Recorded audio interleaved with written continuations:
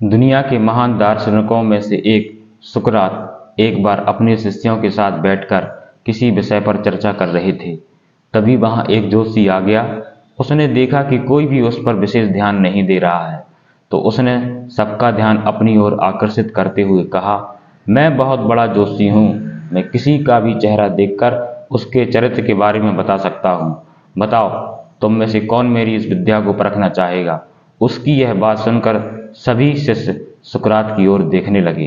सुकरात ने मुस्कुराते हुए उस जोशी से अपने बारे में बताने के लिए कहा। वह जोशी उन्हें ध्यान से देखने लगा। सुकरात देखने में कुरूप थे। उन्हें कुछ देर निहारने के बाद जोशी ने कहा, तुम्हारे चेहरे की बनावट से पता चलता है कि तुम सत्ता विरोधी हो। तुम्हारे अंदर द्रोह करने की भावना प्रबल है। तुम्हारी आंखों की बनावट से लगता है कि तुम अत्यंत क्रोधी स्वभाव के हो। अपने गुरु के बारे में ये बातें सुनकर वहां बैठे शिष्यों का गुस्सा आ गया। उन्होंने उस जोशी को तुरंत वहां से जाने के लिए कहा, लेकिन सुकरात ने उन्हें शांत करते हुए जोशी को अपनी बात पूरी करने के लिए कहा। जोशी ने अपनी बात को जारी रखते हुए कहा, तुम्हारे बेडोल सिर और माथे से पता चलता है कि तुम लालची हो।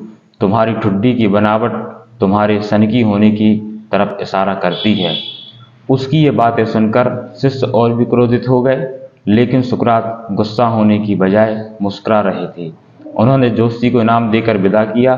सुकरात के इस व्यवहार को देखकर शिष्य उन्हें आश्चर्य से देखने लगे और उनसे पूछा, गुरुजी, हमें आपकी यह बात समझ नहीं आई कि आपने उस जोशी को इनाम क्यों दिया, जबकि उसने जो कुछ भी कहा वो सब झूठ था। नहीं शिष्यों, जोशी ने मेरे बारे में जो कुछ भी कहा है वे सब सच हैं।